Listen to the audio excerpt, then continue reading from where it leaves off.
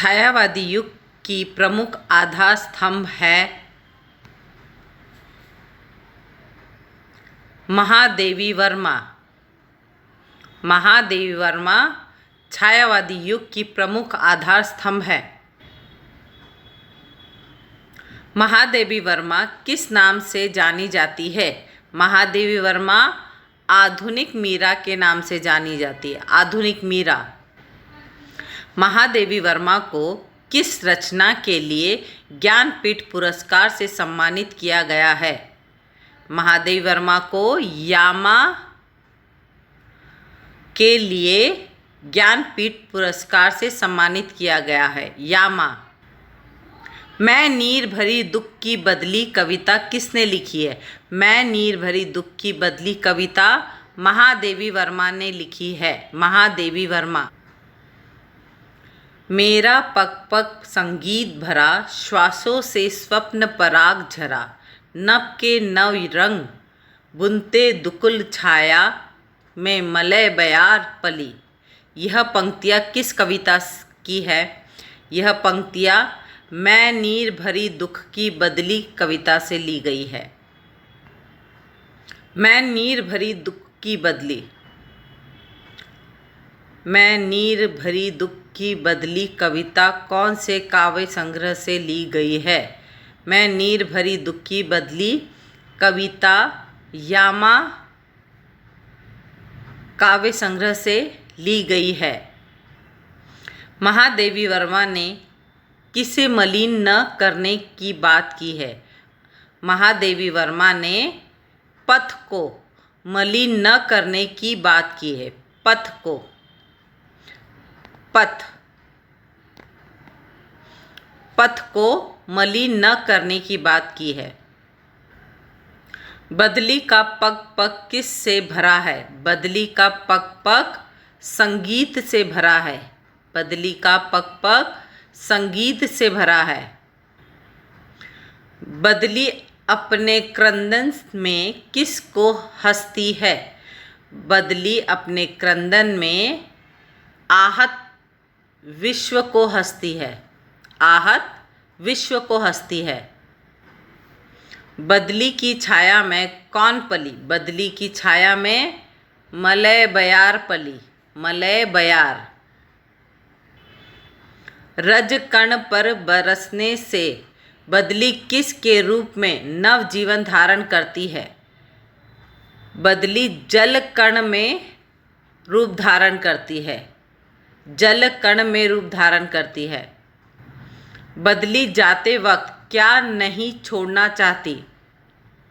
बदली जाते वक्त पथ चिन्ह नहीं छोड़ना चाहती। पथ चिन्ह।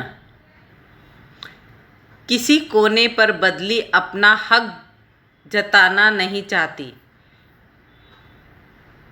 विस्तृत नभ। विस्तृत नभ में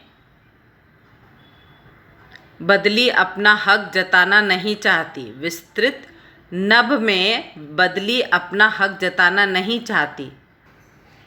महादेवी वर्मा स्वयं की तुलना किससे करती है? महादेवी वर्मा स्वयं की तुलना बादलों से करती है। बादलों से अपनी तुलना करती है। हिंदी एवं मैथिली के अप्रतिम लेखक है। हिंदी एवं मैथिली के अप्रतिम लेखक है बाबा नागार्जुन। बाबा नागार्जुन। बाबा नागार्जुन हिंदी एवं मैथिली के अप्रतिम लेखक है। नागार्जुन का वास्तविक नाम क्या था? नागार्जुन का वास्तविक नाम वैद्यनाथ मिश्र था। वैद्यनाथ मिश्र था। रघुवंश, कुमारस्तंभ और मेघदूत यह किसकी रचनाएं हैं? रघुवंश, कुमारस्तंभ और मेघदूत कालिदास की रचना है। कालिदास की रचना है। रघुवंश, कुमारस्तंभ और मेघदूत कालिदास की रचना है। इंदुमती की मृत्यु शोक से कौन रोया था? इंदुमती की मृत्यु शोक पर राजा अज रोया था। राजा अज रोया था। दशरथ के पिता और रघु के पुत्र कौन थे? दशरथ के पिता और रघु के पुत्र अज थे, अज। कामदेव को किसने भस्म कर दिया?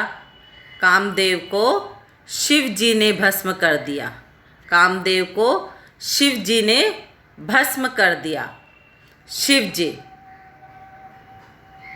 कामदेव किस प्रकार भस्म हो गए? कामदेव सूखी समिधा सम, सूखी समिधा सम के समान भस्म हो गए। सूखी समिधा सम के समान भस्म हो गए। मेघदूत में किसके विरह का वर्णन है? मेघदूत में यश के विरह का वर्णन है। यश के विरह का वर्णन है। मेघदूत में यश के विरह का वर्णन है। यश ने किन के द्वारा संदेशा भेजा था? यश ने मेघों के द्वारा संदेशा भेजा था। मेघों के द्वारा संदेशा भेजा था। कामदेव के भस्म हो जाने पर किसने क्रंदन किया? कामदेव के भस्म हो जाने पर रति ने क्रंदन किया। रति ने क्रंदन किया। कामदेव के भस्म हो जाने पर रति ने क्रंदन किया। रति ने। धूमिल का नाम क्या है? धूमिल का नाम क्या है? सुदामा प्रसाद पांडे। सुदामा प्रसाद पांडे। धूमिल का नाम सुदामा प्रसाद पांडे है। रोटी और संसद यह कविता धूमिल के कौन से काव्य संग्रह से ली गई है? रोटी और संसद यह कविता संसद से सड़क तक, संसद से सड़क तक, संसद से सड़क तक काव्य संग्रह से ली गई है। रोटी बेलने वाला आदमी कौन है?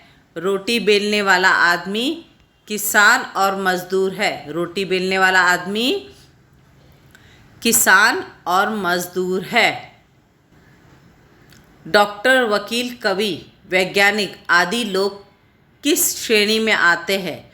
डॉक्टर, वकील, कवि, वैज्ञानिक आदि रोटी खाने वाले श्रेणी में आते हैं। रोटी खाने वाले श्रेणी में आते हैं। रोटी से खेलने वाला आदमी कहाँ बैठा है? रोटी से खेलने वाला आदमी संसद में बैठा है। रोटी से खेलने वाला आदमी संसद में बैठा है। अरुण कमल द्वारा लिखित कविता है धार। अरुण कमल द्वारा लिखित कविता है धार। धार। विद्रोह और बदलाव के पक्ष में खड़ी कविता है। विद्रोह और बदलाव के पक्ष में खड़ी कविता है धार। धार। निम्न वर्ग के सर्वहारा बनने का यथार्थ चित्रण किस कविता में मिलता है? निम्न वर्ग के सर्वहारा बनने का यथार्थ चित्रण धार कविता में मिलता है। धार कविता में मिलता है। निम्न वर्ग के सर्वहारा बनने का यथार्थ चित्रण धार में मिलता है।